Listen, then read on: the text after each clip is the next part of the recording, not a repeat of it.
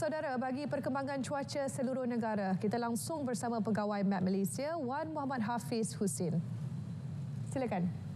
Baik, Assalamualaikum dan salam sejahtera. Di saat ini masih lagi wujud satu sistem tekanan rendah, iaitu ribut tropika Trami yang kini berada di barat Filipina dan nampaknya ianya bergerak ke arah barat dengan kelajuan 20 km dan semakin menjauhi rantauan gelita. Baik, dengan adanya ribut tropika Trami ini, ianya telah menyebabkan angin di kawasan Laut Cina Selatan, barat Sabah dan juga utara di negeri Sarawak meningkat. Dan selain itu pun juga ianya telah menarik sebahagian besar kelembapan di rantauan gelita.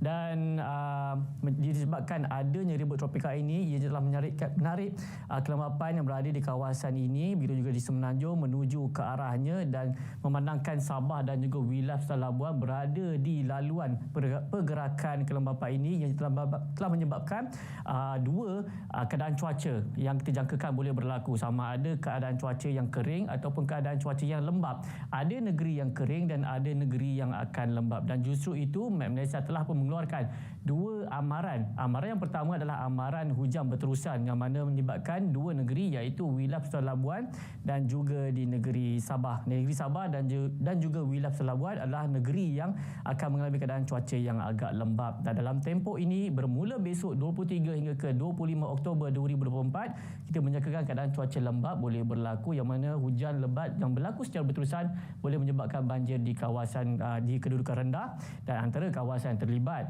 adalah di bahagian Kudat, Sandakan, di bahagian pantai barat, pedalaman dan juga di negeri Labuan.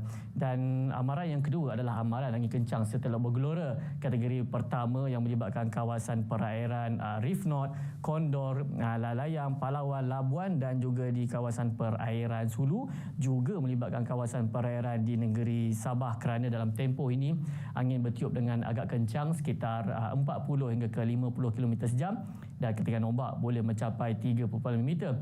Justru itu kepada orang ramai diharapkan sentiasa peka dan juga cakna kepada amaran dan juga ramalan yang dikeluarkan oleh Met Malaysia. Dan amaran ini juga seperti amaran hujan berterusan bermula besok sehingga ke 27 Oktober 2024. Kita akan beralih ke paparan gemerada bagi melihat keadaan cuaca semasa apa yang berlaku pada ketika ini.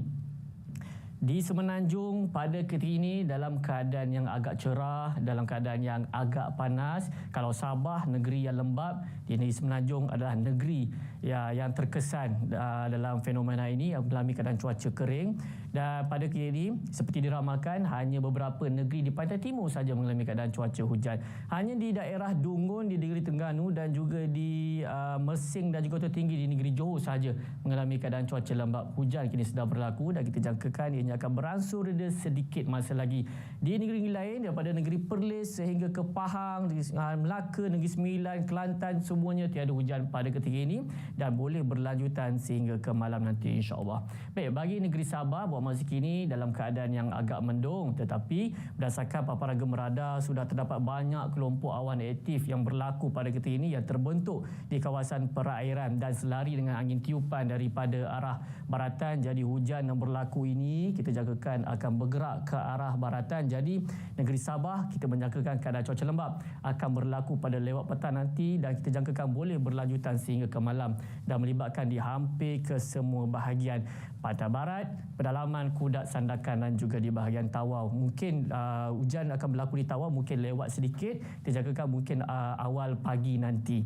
Baik, manakala di negeri Sarawak buat masa kini dalam keadaan cerah, tiada hujan yang berlaku di kesemua bahagian dan kita jangkakan di bahagian utara di negeri Sarawak saja kita jangkakan akan mengalami keadaan cuaca lembap yang melibatkan bahagian Limbang dan juga di bahagian Miri. Baik, ini sahaja laporan cuaca yang dapat saya kongsikan dengan anda semua. Bagi anda yang ingin merancang perjalanan ataupun aktiviti pada hari esok, jom kita lihat ramalan cuaca hari Rabu 23 Oktober 2024. Sekian saja pada saya, Wan Hafiz. Assalamualaikum dan salam Malaysia Madani.